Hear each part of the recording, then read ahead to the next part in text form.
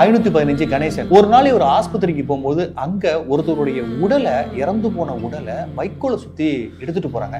இவங்கள மாதிரி ஆட்களுக்கு நம்ம ஏதாவது செய்யணும் அப்படிங்கிற ஆசையில அங்க உள்ள இரும்பு கடையை வித்துட்டு அதுல கிடைக்கக்கூடிய காசை 17,000 ரூபாய் எடுத்துட்டு போய் 1968 மே 1 ஒரு அம்பாசிடரை வாங்குறாரு. அந்த அம்பாசிடர்ல எத்தனையோ கர்ப்பிணி பெண்களுக்கு பிரசவ நேரத்துல ஹாஸ்பிட்டல் அழைச்சிட்டு போய் உதவி செஞ்சிருக்காரு. அது மட்டும் இல்லாம எத்தனையோ பிணங்களை ஏற்றிட்டு போயிருக்காரு. அனாதை பிணங்களா இருந்தாலும் சரி, ஊர்ல ஏதாவது இறப்பா இருந்தாலும் தன்னுடைய வண்டியை எடுத்துட்டு போய் அந்த மக்களுக்கு ஏகப்பட்ட உதவிகளை செஞ்சிருக்காரு. இந்த பிணையத்துல வேலை செய்யறதுனால ஊர்ல யாருமே மதிக்கிறது இல்லை. அது மட்டும் இல்லாம சொந்தக்காரங்க எந்த நிகழ்ச்சியும் கூப்பிடுறது இல்ல, பத்திரிகை கூட இந்த வீட்டுக்கு வைக்க மாட்டாங்க. இவர் எதிர்த்தாப்புல வந்தா கூட போற காரியம் உருப்படாது, இவர் வண்டி வாசல்ல கிடந்தா கூட எந்த நிகழ்ச்சியும் நம்மளுக்கு உருப்படியா நடக்காது அப்படின்னு சொல்லிட்டு இவரை விலக்கியே வச்சிருக்காங்க. ஆனா எதை பத்தியுமே கவலைப்படாம நான் இந்த வேலையை தான் செய்வேன், இதுதான் எனக்கு பிடிச்சிருக்குன்னு விடாப்பிடியா தொடர்ச்சியா மக்களுக்கு உதவி செஞ்சே வந்திருக்காரு. இது வரைக்கும் இந்த 515 அம்பாசிடர் மூலமா 13,000 இறந்த உடல்களை அடக்கம் பண்ண உதவியா இருந்திருக்காரு. 3,000 கர்ப்பிணி பெண்களுக்கு தகுந்த நேரத்துல ஹாஸ்பிட்டல் அழைச்சிட்டு போயிருக்காரு. இவருடைய தன்னலமற்ற இந்த சேவையை பாராட்டி இது வரைக்கும் 242 அவார்டுக்கு மேல வாங்கியிருக்காரு. அது மட்டும் இல்லாம உயரிய விருதான டாக்டர் பட்டம் கூட இவர் வாங்கியிருக்காரு. எந்த மக்கள் இவர் அசிங்கப்படுத்தினாலும், எந்த சொந்தக்காரங்க பத்திரிகை கொடுக்காம இவர் அவமானப்படுத்தினாங்களோ, அது மட்டும் இல்லாம இவர் நேர்ல வந்தா இவர் முகத்தை பார்த்தா